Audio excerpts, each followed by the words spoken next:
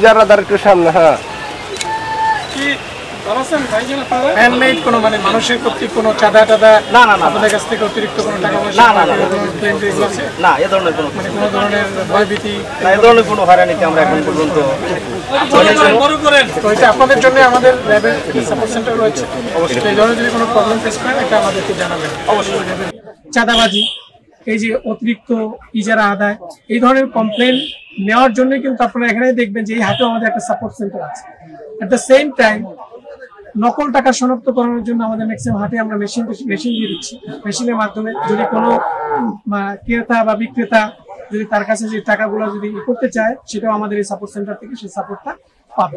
তো এই ধরনের অভিযোগ যদি কোনো জায়গায় আসে, আমি ক্রেতাদেরকে বলবো যদি যারা বেশি নেওয়ার কোনো অভিযোগ থাকে, সেটা আমাদের যে সাপোর্ট সেন্টার আছে সেই সাপোর্ট সেন্টারে আপনারা কমপ্লেন করেন, এটার বিরুদ্ধে আমরা ব্যবস্থা নেব।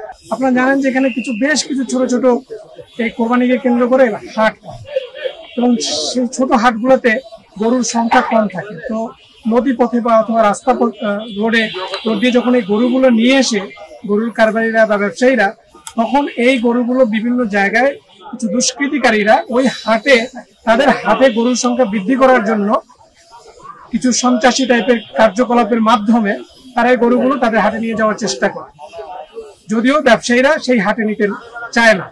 তো সেরকম একটি ঘটনা কয়েকদিন আগে আমাদের দৃষ্টিগোচর হয়, এবং সে অনুযায়ী আমরা ব্যবস্থা অলরেডি নেওয়া হচ্ছে, পুলিশ এবং আমরা মিলে এটা ব্যবস্থা নিয়েছি। এবং সেখান থেকে কিন্তু ওই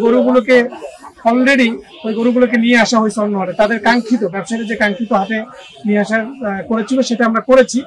এবং এর সাথে যারা সংশ্লিষ্ট আছে তাদেরকেও আইনের আওতায় আনার জন্য আমরা আমাদের কার্যক্রম চলমান রয়েছে, এবং অতি শীঘ্রই আপনারা জানতে পারবেন যে আমরা তাদেরকে আইনের আওতায় নিয়ে আসি।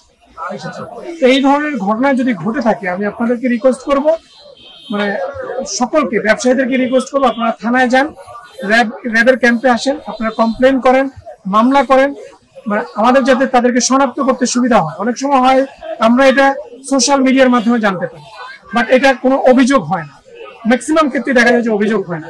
তো অভিযোগ হলে যেটা হবে, আমাদের সুবিধা হবে, তাদের বিরুদ্ধে ব্যবস্থা নেবে। যে কোরবানিকে কেন্দ্র করে আমাদের দায়িত্ব মূলত 3টা পর্বে ভাগ করা হচ্ছে। সেটা হচ্ছে, প্রথম হচ্ছে ঈদের পূর্বে, ঈদের দিন একটা স্পেশাল ঈদ জামাতকে কেন্দ্র করে, এবং ঈদের পরে বিশেষ করে সব জায়গায় যে গরুর হাটকে কেন্দ্র করে রোড প্রোটেকশন, রাস্তায় যে আমাদের ঘরমুখ মানুষেরা তাদের গ্রামের বাড়িতে যে যাবে তাদেরকে নিরাপত্তা দেওয়ার জন্য আমাদের এক্সটেন্সিভ পেট্রোল পরিচালনা করা হবে মহাসড়কগুলোতে। এবং ঈদের দিন জামাতকে কেন্দ্র করে আমাদের নিরাপত্তা দেওয়া হবে, এবং ঈদের পরও যেন এই যে বাজারের যে ম্যানেজমেন্ট, তারা যেন পরিষ্কার সঠিকভাবে করছে কিনা, আবার যে রোডের যে মহাসড়কগুলোর নিরাপত্তা জোরদার করা, এগুলো আমরা আমাদের দায়িত্বের মধ্যে নিয়ে এসেছি, এবং সেইভাবে করে আমাদের পরিকল্পনা গ্রহণ করা হয়েছে, এবং সেভাবে আমরা দায়িত্ব পালন করবো। তো এখানে তারই একটা অংশ হচ্ছে আমাদের এই গরুর হাটগুলো চাঁদাবাজি, এই যে অতিরিক্ত ইজারা আদায়, এই ধরনের কমপ্লেন নেওয়ার জন্য কিন্তু আপনারা এখানে দেখবেন যে এই হাটেও আমাদের একটা সাপোর্ট সেন্টার আছে। এট দ্য সেম টাইম নকল টাকা শনাক্ত করানোর জন্য আমাদের ম্যাক্সিমাম হাটে আমরা মেশিন দিয়ে দিচ্ছি। মেশিনের মাধ্যমে যদি কোনো ক্রেতা বা বিক্রেতা যদি তার কাছে যে টাকাগুলো যদি করতে চায়, সেটাও আমাদের এই সাপোর্ট সেন্টার থেকে সেই সাপোর্টটা পাবে। তো এই ধরনের অভিযোগ যদি কোনো জায়গায় আসে, আমি ক্রেতাদেরকে বলবো যদি যারা বেশি নেওয়ার কোনো অভিযোগ থাকে, সেটা আমাদের যে সাপোর্ট সেন্টার আছে সেই সাপোর্ট সেন্টারে আপনারা কমপ্লেন করেন, এটার বিরুদ্ধে আমরা ব্যবস্থা নেব। বুঝতে পেরেছি। এবং আপনারা দেখেছেন যে গত ঈদ উল ফিতরের সময় আমাদের এটা এক্সটেন্সিভ পেট্রোল ছিল। আমাদের অলরেডি এটা যেহেতু এখনো ছুটিটা শুরু হয়নি, এই বৃহস্পতিবার থেকে ছুটি শুরু হবে, এবং কর্মক মানুষরা তারা যাওয়া শুরু করবে, এবং আমরা তখন থেকে আমাদের আরো এটা অলরেডি জোরদার করা হয়েছে।